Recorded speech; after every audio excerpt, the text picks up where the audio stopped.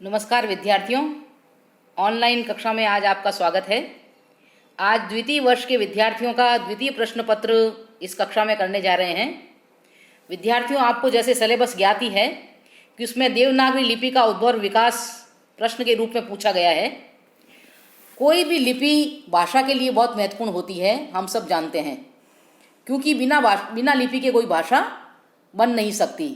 हर एक भाषा की अपनी कोई न कोई लिपि होती है और लिपि का जो अभिप्राय है वो लेखन से है, लिखने से है।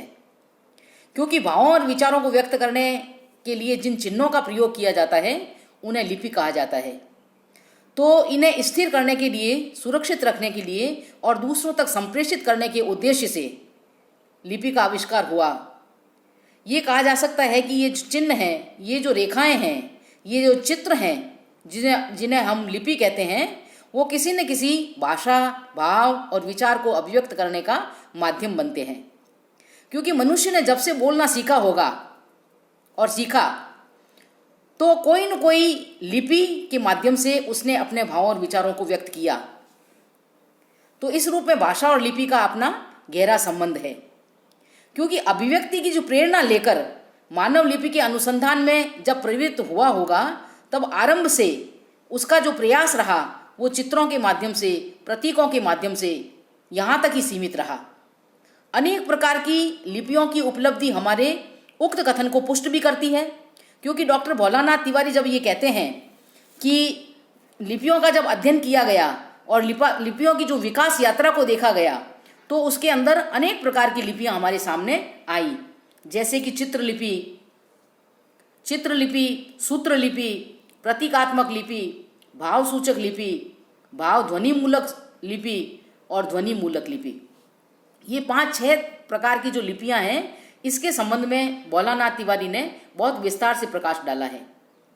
जहां तक भारत में लेखन कला के उद्भव का प्रश्न है, इसके संबंध में भाषा वैज्ञानिकों का यह मत है कि यह समय जो है वो ईसा पूर्व 4वीं शताब्दी का रहा है। ध्वनि सूचक जो लिपि है उसके विकास की चरम परिणति मानी जा सकती है।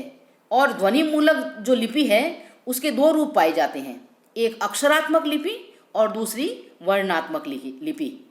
और अक्षरात्मक और वर्णनात्मक ये दोनों ही लिपियां जो हैं क्रमशः नागरिक लिपि और रोमन लिपि के उदाहरण हैं। प्राचीन भारतीय लिपियों में प्राय 3 प्रकार की लिपियां व्यवहार में प्रयोग आती रही है, जैसे सिंधु घाटी की लिपि, ब्राह्मी लिपि, खरोष्टी लिपि आदि। इनमें ब्राह्मी लिपि जो है वो एक प्रकार से राष्ट्रीय लिपि थी, देवनागरी लिपि की भांति। यह भी बाईं ओर से दाईं ओर लिखी जाती थी। खरोष्टी लिपि का संबंध जो है वो विदेशी सेमेटिक अरमैक लिपि से है। तो ब्राह्मी लिपि का प्रचार तो है, लगभग 350 ईस्वी तक इसका प्रचार प्रसार होता रहा। 4वीं शताब्दी के लगभग उत्तर की प्रचलित शैली का नाम गुप्त लिपि रखा गया और गुप्त लिपि के विकसित रूप का जो कल्पित नाम है वो कुटिल लिपि रखा गया। यानी अक्षरों और स्वरों की कुटिल आकृति के कारण इस लिपि को कुटिल लिपि कहा जाने लगा।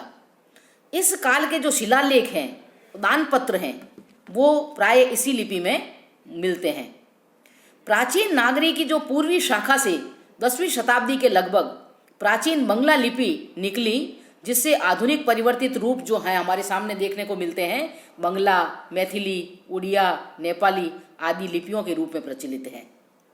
तो प्राचीन नागरी लिपि जो है उसी से हमारी गुजराती, कैथी, महाजनी आदि उत्तर भारत की अन्य लिपियां भी इससे विकसित हुई है। और शारदा लिपि से वर्तमान में जो कश्मीरी, टकारी, गुरुमुखी आदि लिपियां वो इससे निकली है, शारदा लिपि से। तो कहने का तात्पर्य ये है कि 7वीं शताब्दी के निकट उत्तर भारत की जो गुप्त ब्राह्मी लिपि 3 प्रमुख रूपों में विकसित हुई। पहली शारदा लिपि, दूसरी कुटिल लिपि और तीसरी नागरी लिपि। और नागरी लिपि से ही हम देवनागरी की ओर चलते हैं। प्राचीन नागरी लिपि के विकसित होने पर इसके पश्चिमी रूप से आधुनिक देवनागरी या नागरी लिपि का प्रादुर्भाव हुआ। ये गुजराती, महाजनी, राजस्थानी तथा महाराष्ट्री लिपियां भी इसी से उद्भूत हुई हैं। इसी के पूर्वी रूप से कैथी, मैथिली और बंगला आदि लिपियां भी उत्पन्न हुई हैं। इस प्राचीन नागरी का जो प्रचार प्रसार है वो 16वीं शताब्दी तक पाया जाता है। अब देवनागरी के नामकरण को लेकर भी बहुत सारे प्रश्न उठते हैं कि इसे देवनागरी क्यों कहा गया। तो इसको भी कई विद्वानों ने, भाषा वैज्ञानिकों ने अपने अपने तरीके से देवनागरी लिपि के नामकरण को लेकर अपने मत और धारणाएं प्रकट की है। कुछ कहते हैं, कुछ इसका संबंध नगर से जोड़ते हैं कि नगरों में प्रचलित होने के कारण इसे नागरी लिपि कहा गया। तो कुछ इसे गुजरात के नागर ब्राह्मणों से प्रचलित होने का कारण मानते हैं और इसे नागरी के रूप में प्रचलित मानते हैं। उदय नारायण तिवारी, डॉक्टर उदय नारायण तिवारी जो भाषा वैज्ञानिक हैं, उन्होंने कहा है कि चूंकि देव भाषा संस्कृत के लिखने के लिए इसका प्रयोग किया गया, अतः इसे देवनागरी के नाम से अभिहित किया गया। देव भाषा संस्कृत को इसमें लिखा गया देवनागरी लिपि में, इसलिए देव भाषा होने के कारण इसे देवनागरी के नाम से अभिहित किया गया। तो इन समस्त धारणाओं को और मतों को और विचारों को जब आप देखते हैं तो एक मत हमारे सामने प्रकट होता है। किसी न किसी रूप में इन्हें हम प्रामाणिकता की कगार पर जोड़ने के लिए चलते हैं तो भोलानाथ तिवारी का एक मत हमारे सामने आता है। वो कहते हैं कि इनमें से जो पूर्वोक्त मत कहे गए, धारणाएं बताई गई, उनमें कोई भी पूर्ण रूप से प्रामाणिक नहीं है। हाँ, कहीं कहीं प्रामाणिकता के नज़दीक हमें देवनागरी लिपि की प्रामाणिकता को लेकर उदय नारायण तिवारी ने जो कहे अपने शब्द, उनकी धारणा हमें कुछ नज़दीक जान पड़ती है। उन्होंने कहा कि ये देव भाषा से जुड़ी होने के कारण, देव भाषा इसमें लिखी गई इसलिए इसे देवनागरी लिपि के नाम से जाना जा सकता है। वैसे तो वो ये भी कहते हैं कि नागरी का क्या मूल अर्थ है ये जानना समझ बहुत कठिन है। नागरी का मूल अर्थ क्या है ये जानना बहुत कठिन है, लेकिन जो भी हो, अभी तक इसकी प्रामाणिक व्युत्पत्ति के बारे में कोई प्रचलित धारणा हमारे सामने नहीं आई है। तो विद्यार्थियों, देवनागरी लिपि के नामकरण को लेकर बहुत सारे संदेह हैं। अभी उसकी प्रामाणिकता की जांच चल रही है, बहुत सारे प्रश्न अभी आने शेष हैं। तो तब तक अपन देवनागरी लिपि के जो वैज्ञानिकता है, देवनागरी लिपि के जो गुण हैं और दोष हैं, उन पर भी एक प्रकाश डालेंगे।